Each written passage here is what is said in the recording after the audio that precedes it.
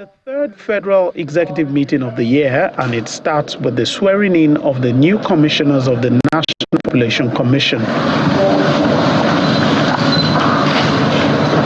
President Bola Tinubu is presiding over the ceremony as the commissioners step forward in batches for the exercise.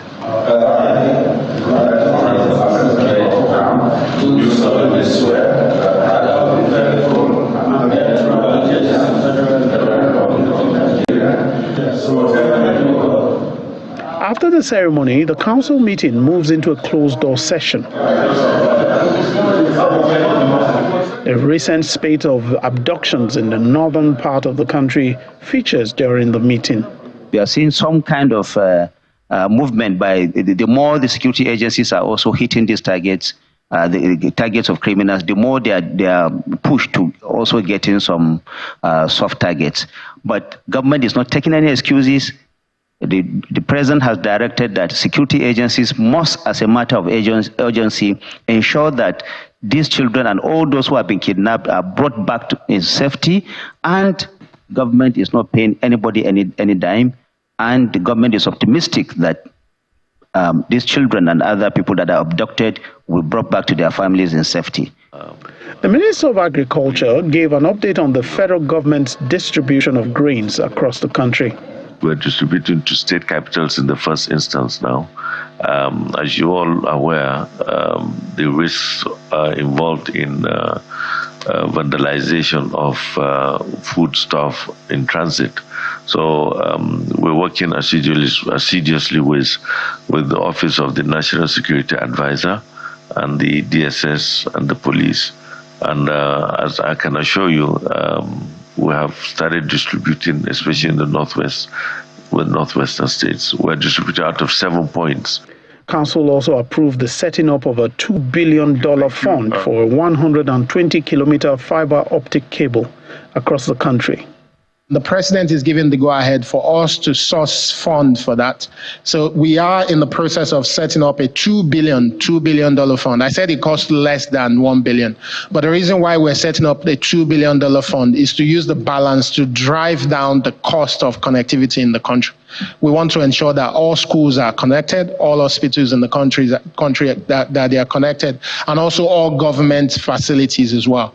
The Minister of Works also addressed concerns that his push for companies to build concrete roads could be responsible for the rising cost of cement. The policy has not even taken off very well, because you should ask yourself how many roads today are being done on concrete.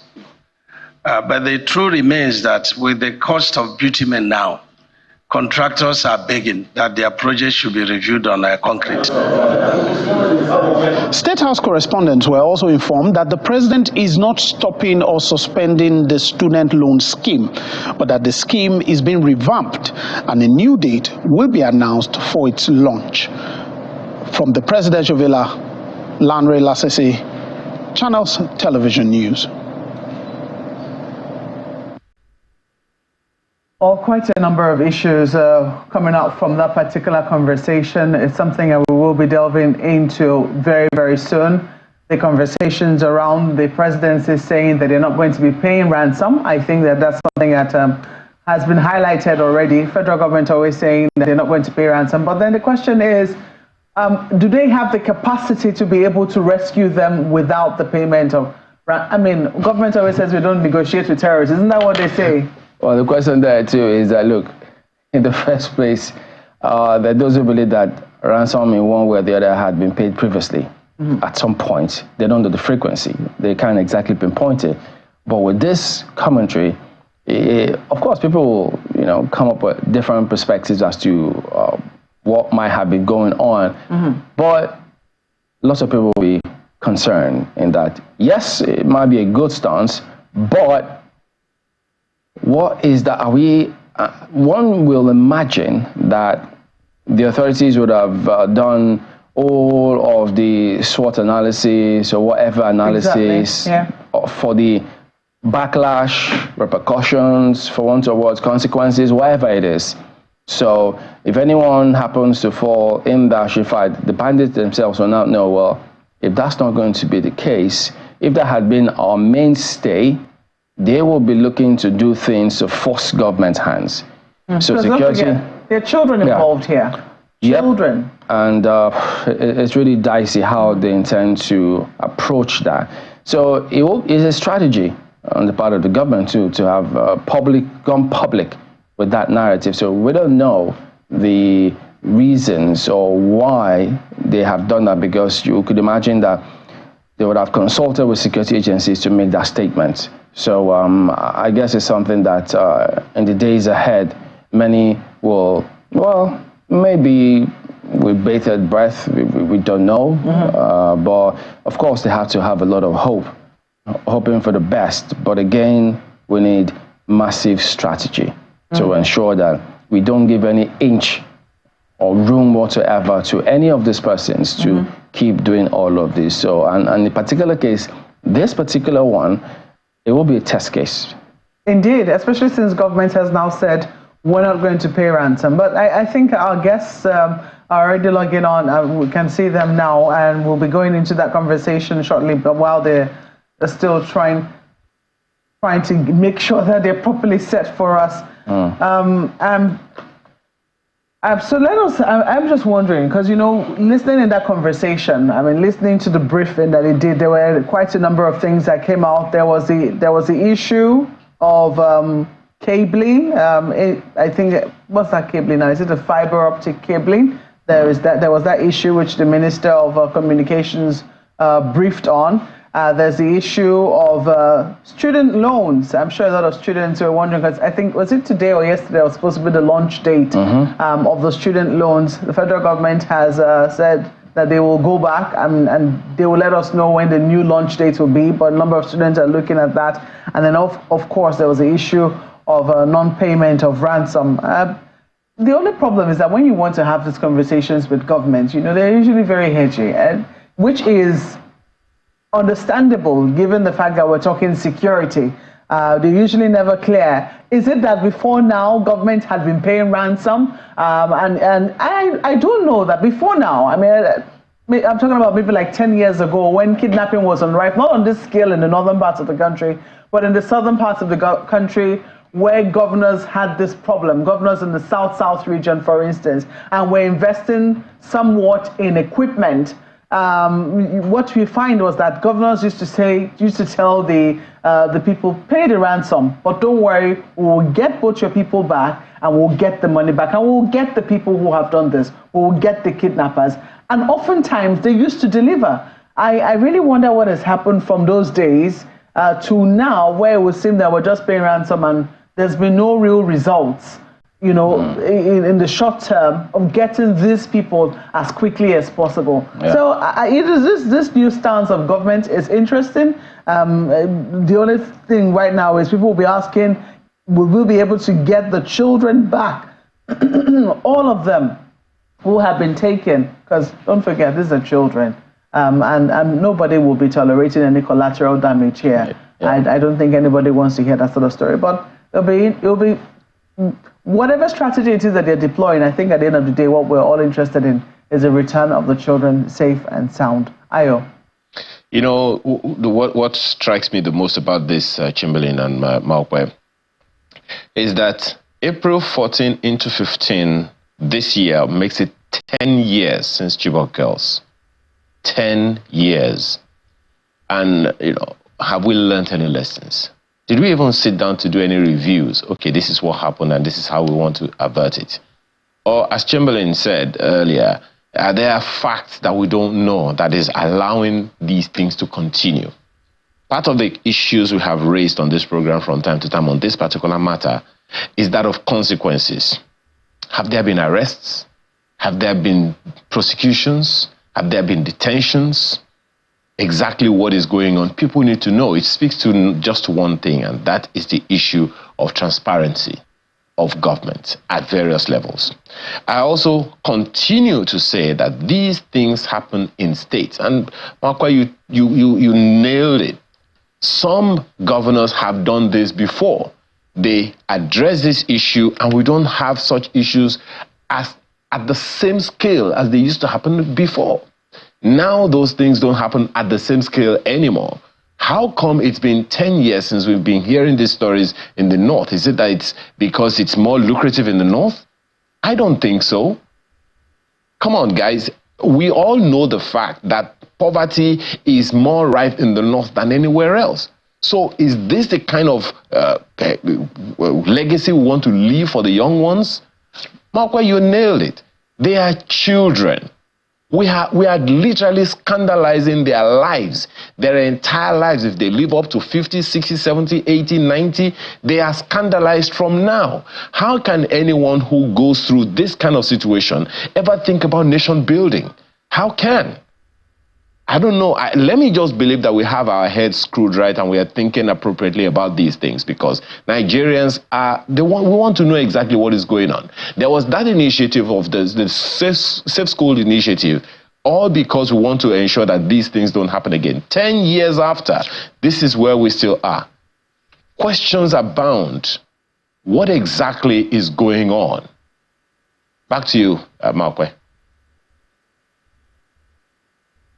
Well, Ayo, big questions that you've raised. I mean, I think that we're going to stay on this matter of security. But while we're looking at security, we also know that poverty alleviation is one of the things that we've been seeing government in, government out battling with. We've seen them, come up with an agency, scrap the agency, raise a whole ministry, suspend the ministers in the ministry, and now people have been asking what exactly is going on with the investigation. How long is it going to take for the investigation to be concluded by the federal government? When is the distribution of palliatives and even all of the social investment programs going on within the ministry? When are they going to commence again? This was a motion which was moved on the floor of the House of Representatives. So we will be delving into that conversation shortly with our guest, who will be with us any moment from now. But it will be interesting to also get your views on it. What do you make of the current situation? There are those who have criticized the current situation to say we cannot run an economy based on palliatives. You cannot just say, oh, you're going to be giving people rice or beans, as the case might, or grains, as the case might be, on a daily basis. You have to, invest in an environment that will help these people be able to work. But then there are questions as to if people are hungry and their immediate need is food, shouldn't government find a way to be able to get them the food that they need in the immediate term? Well, that's a challenge, because this food doesn't just appear like that. Some of them they're grown, they're planted, they're watered, it seasons, it takes time.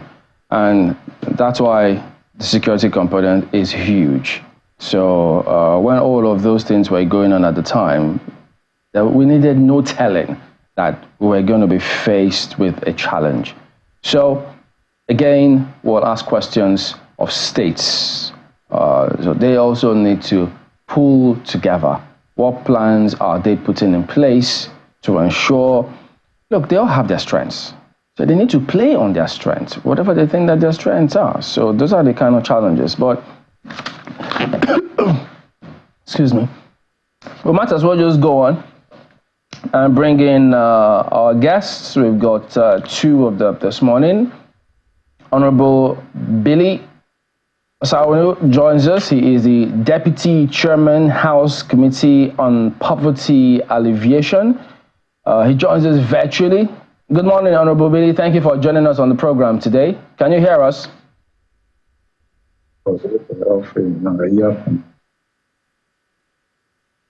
Honorable Billy, can you hear us? Yes, I can hear you. Okay. All right. So let's first of all get your perspective on, as a lawmaker, when you hear the executive arm of government say no payment of ransom. I know the House did speak about security, how urgently they wanted some things to be done. So what's your own impression about government deciding, putting out there, no ransom? So security agencies go there and do this job. Thank you very much. Well, it's more like, I see that more like a blackmail, because anybody that falls for a blackmail, then you should be ready, to pay the ransom for a blackmail forever. So that is why somebody like me will never support a ransom, because the moment you start, you know when to start, but you don't know when to finish. So if it's a formula that is working, and I think those people will not stop at anything, they'll continue to do it. But if they know that it's not negotiable, it's not even something that is acceptable to us as a government, I think they're going to have to devise other means, to actually ask for compensation, which we don't encourage, because this is why we have, our security, agencies. So if we begin to pay ransom, then what is the use for the security agencies? So I strongly believe that as a country, we have a very strong security architecture. We have very smart security operatives. I don't see any reason why we cannot actually take care of insecurity. I just feel it's a matter of taking care, taking good care of our security men and women, taking good care of, if we are doing a joint task force, they should be taken care of. They should be well trained. I know they are well trained, but again, do we really encourage these people to do what they are doing every day? It's not as if they are not doing anything right now. It doesn't look like they are doing anything, but they do a lot. But are we encouraging these people as a government to keep doing what they are doing? That is the area we need to look at. I know with technology, we can do a whole lot. So have we embraced it totally when it comes to tackling insecurity? So those are the areas we need to look at instead of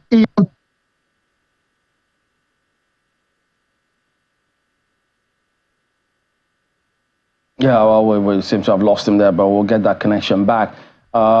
Honorable, we lost you. We can't hear you at the moment, so we'll just try and get that connection back. And it just so happens was when I was talking about technology, investing in technology. Technology happens.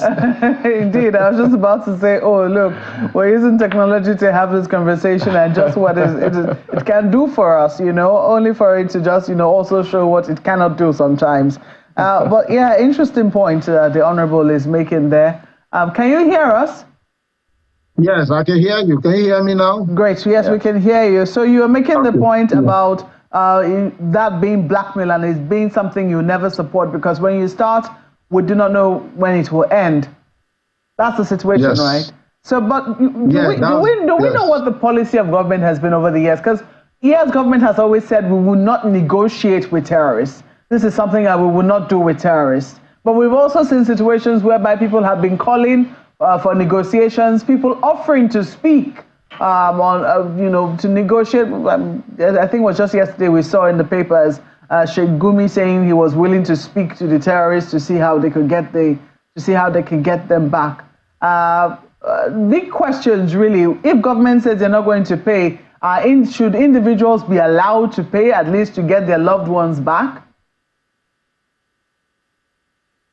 Well, the truth is, yes, it's the government policy not to pay ransom, but the truth is, understand individuals. The pressure they even try to put on the government, because these are family members. You can't blame them as well. But again, I can tell you that even some family members would rather want to go pay the ransom, and pretend that it's the government that is actually doing the negotiation on their behalf. And don't forget, there's a difference between negotiating and paying ransom. So there are different types of negotiations. So going there to go negotiate, like you said, with Gumi, does not necessarily mean to go pay ransom. So again, negotiation can mean sit down with these people. What do you really need? And they said this is what they need. But ransom should not be part of it. Again, if they say they need any other thing, you can't be negotiating at the same time while the government is making move to actually recover, those hostages. So again, what we are talking about is that could be strategic. It's different from family members that will really, because of the pressure they are under, especially when some of these people are put on the phone to talk to their family members and they are being beaten at that same time. As a family member, how would you feel? So that is why under that pressure, they quickly run to go do negotiation on the part of paying ransom to these people. But again, as a government, we will never encourage it. It's unacceptable. But again, talking to family members not to do it can be very difficult, but we are going to still find different ways to take care of all these issues rather than go for ransom. Do you think there's been sufficient communication in this regard? Because sometimes, too, what we also get from governments is government saying, look, we know where these people are. We know where they're being held. Do you think that there's been sufficient communication of confidence on the part of government to not just the families, but also to the generality of Nigerians, that they really have a handle of this and they are on top of the matter? Well, the truth is, I would say, yes, the government might be making a lot of effort, but I still don't think there is enough communication. Because while you are talking to the hostage takers, at the same time, you should be talking to the family members who are really worried. And you should let them know, even though this is a security operative, you might not be able to divulge every information, but there are certain information you can actually pass to the family. Go ahead, Honorable. Can you hear us? Yes, I can hear you. Can you hear me? Yes, we can hear you. Please go ahead.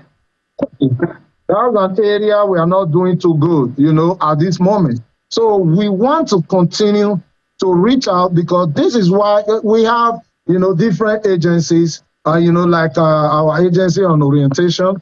These are the kind of roles they need to play, communicating with all the parties involved, just to put their mind at rest so they won't be actually desperate about a lot of all these things to go, to the extent of even going behind the back of the government to go pay ransom.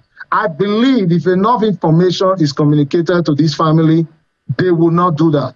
Everything is just all a matter of time when these operations are going on. But yes, like you said, we are not doing enough, and I think we can do enough. And in the area of partnership, I think our government should look into getting into partnership, with some of our allies, in the developed society. I lived in the US for a long time. I know their capability, and I know they have reached out some few times to our government in this area of insecurity, how they can help. But I really don't think our government has embraced this enough. So we want to encourage, them for this to be done, because we have seen cases where some Americans have been kidnapped in the past and they were rescued. So if they could do that in the Nigerian soil, why can't we see a reason now to build that partnership with them to help out when it comes to issues like this? So we need to keep encouraging our government to look into that. Okay, Honorable, yesterday in the House of Representatives, there was a motion raised, and you can correct me if it was not in motion. I know you have different terms for different situations, but there was concern raised around the suspension of the Minister of Humanitarian Affairs and the stoppage of some of the programs that the ministry had undertaken with regards to social investment. Can you tell us what the genesis of that was and why the House is raising concerns about it? Oh, well, you see, first of all, we have to, at this point, you must first of all look at, the objective of actually setting up, that the National Social Investment Program.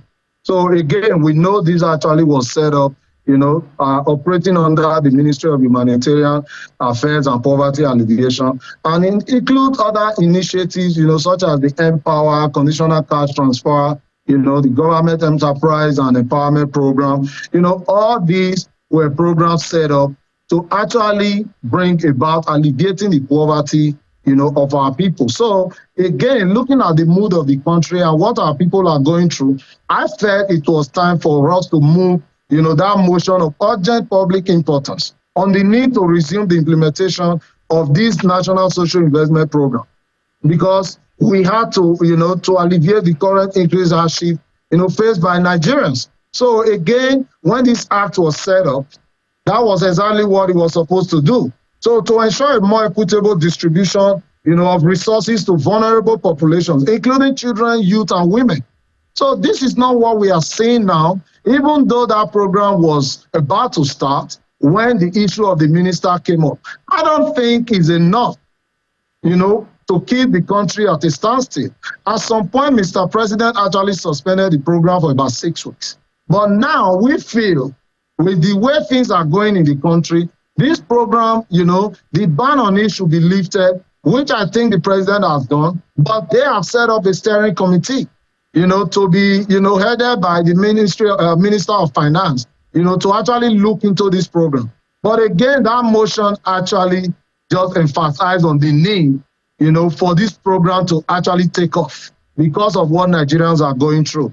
And again, the other aspect I raised was, even though we are doing that, we should not forget that we have 3 arms of government, but they are all equal and separate. But if we are doing this, then they should come back to the parliament to actually review some of those things. And whatever is not done properly should be done properly, because that's why we called it an anomaly, because you just cannot, carry out this just based on executive fear, just like that. So that was the point I was raising yesterday, that even though that we want this to continue, moving this to the Ministry of Finance was not the right thing to do, as far as we are concerned, when you take the act into consideration.